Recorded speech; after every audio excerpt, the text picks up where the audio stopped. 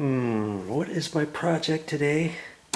Well, I just used that sealer and I sealed and put a second coat on the tile floor in the bathroom and the shower walls. If that's what you want to watch, that's what this video is about. And I'll bet you will learn something on these videos and it will save you some money in the very near future. Take a peek. Well, what is this video about anyway? Well, yes, you know, it has to do with sealing this floor and the tub surround walls and all the tile in this bathroom. Now, I've already put one coat of sealer on this. And it's looking good too. I put it on the other day and it says it dries overnight. Can you hear it?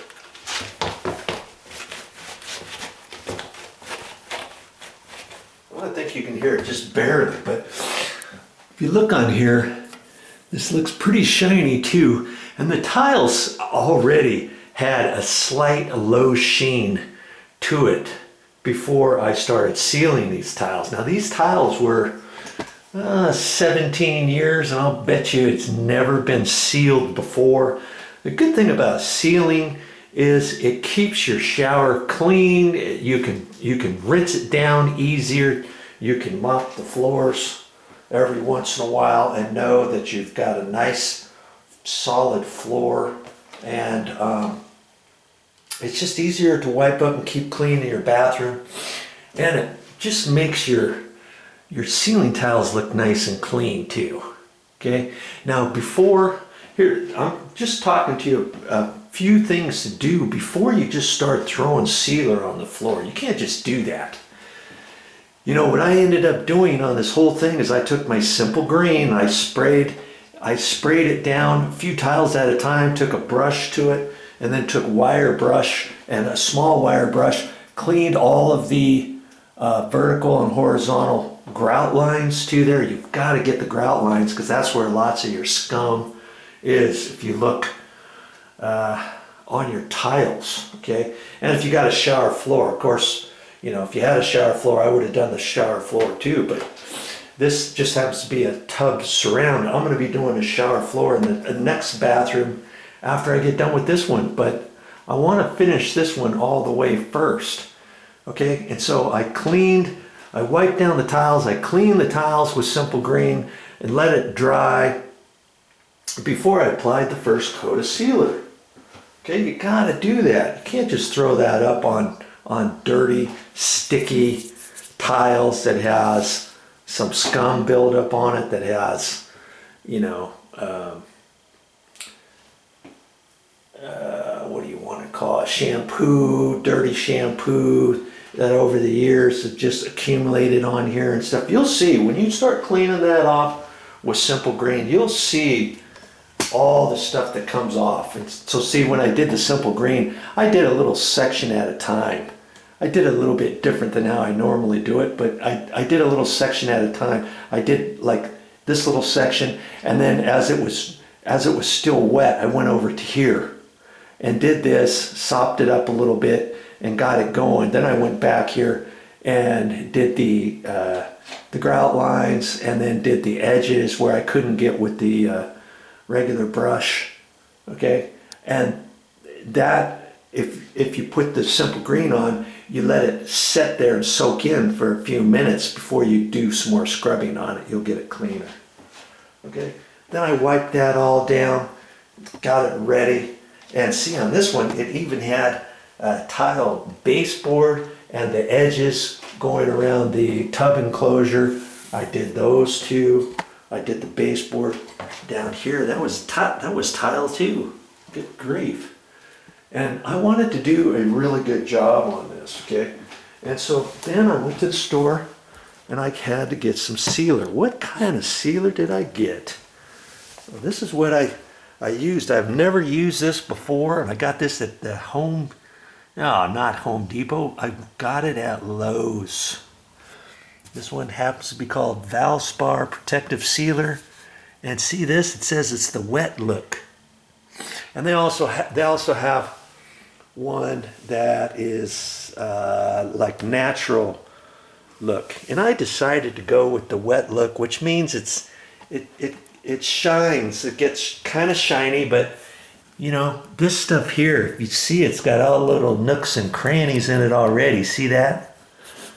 And so I can get by with the wet look. If this was shiny tiles to begin with, I couldn't really use the wet look. If I used the wet look, this floor could be slippery.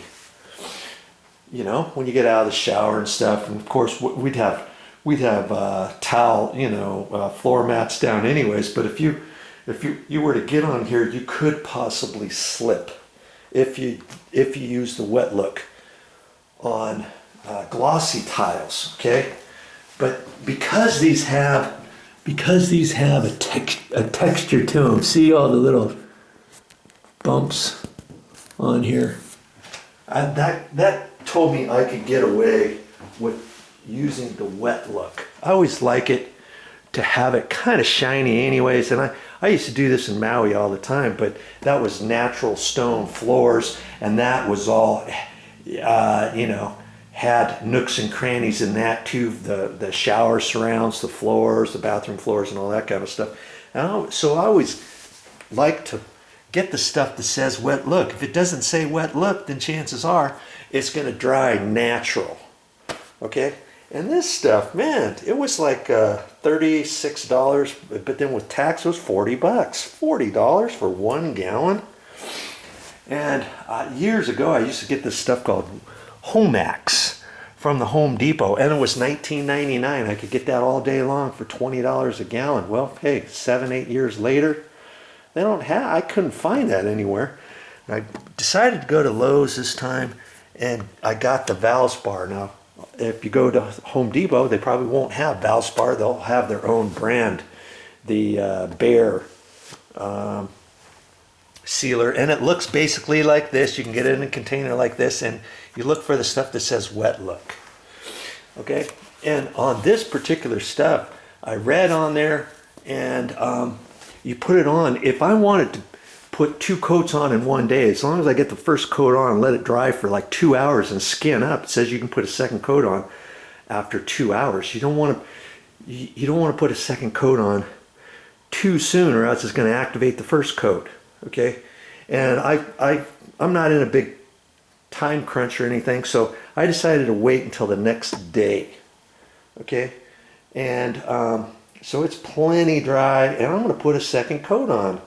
And that's what I'm getting ready to do. So that's why I decided to make this video. The first coat, I thought, hey, I'm not going to make a video of the first coat. I'm just going to go blow and go. And it didn't take me that long to do this whole thing. It took me about an hour and a half or so. And I took my time on it and stuff. And, you know, do I even have to put a second coat? I probably could get by with just 1 coat on here. You know, because it looks so good. But I thought, hey, double my pleasure, double my fun, double the longevity of it. And so I'm going to put a second coat on. Because I've got it all, it's not going to take me that long to put a second coat on. So why not put a second coat on? So that's another reason why I'm making this video. And I'm gonna put a second coat on. I'm just showing you kind of the stuff that I'm using. I didn't really have to use very much. I got this rag in case I spill a little bit. Got my knee pad, obviously, and I'm just using my little paint tray. And I've got this container here. I've used this for sealer before, and I just pour a little bit in there. And initially, I was thinking, should I use something like this and just put my sealer in here? I could clean that out a little bit better at the bottom. And go out of there. That way I can get up real high, and I don't have to keep dipping it into a pan.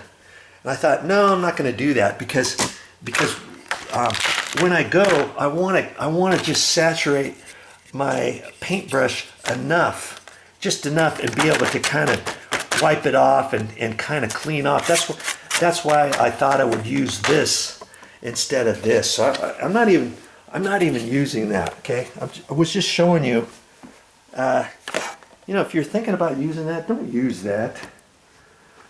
I mean, I would have had to have used that if these tile walls were like, say, 10 feet tall or something. As it is, it's 8 feet, and I can put this. I just set that right on top of my top of my little ladder here, and then I step up to there, and then I can dip and go from there. And you see, I'm not doing anything special. This is just a throwaway paintbrush, and I use it for the first time for the first coat. This is just one of those throwaways, and see, this happens to be a 3-inch. I could have used a 4-inch, and I was thinking that around the edges I might even have to use my 1.5 inches of my 2-inch. So here's my 2-inch. I always have a throwaway paintbrush. I didn't even end up using this one. I thought I was going to have to use that, but I got good enough to where all I ended up having to do was use this 3-inch, and I would have used a 4-inch had I had a 4-inch, but I didn't. And see, when I got all done, I poured the excess back in here and then just let this kind of dry. And I didn't have to rinse that out. I didn't even have to rinse out this brush, but now check it out. This brush is stiff. Look at that. It's like, how on earth am I going to use that? But did you know, on sealer, I didn't rinse this out before. I didn't have to, because with the sealer, once you put a little bit of sealer in there, I can work this back and forth, and then this brush is going to get just as good as it was beforehand. Okay, and that's what I'm going to use. That's it. So you know what was this? 40 bucks with tax. My little trays, my little plastic inserts. I'm not going to mess up my brand new thing. This thing's like 5 or 6 years old, because I always use these for my paint, my plastic tray liners, and my sealer. And you know, could I have used sealer in a paint tray that already had paint in it, semi-gloss paint, from being dry for 3 or 4 days? I'm not sure, because depending how long you have your sealer in there, it could reactivate this paint. I'm not sure if it could or not. I didn't want to take the chance. I had an extra little paint tray, and I thought, nothing doing, I'm going to use that. Okay, so that's all I'm going to do. And I'm going to get started in a few minutes, but a couple more things to say on this preview of the video for sealing your floors and tile shower walls.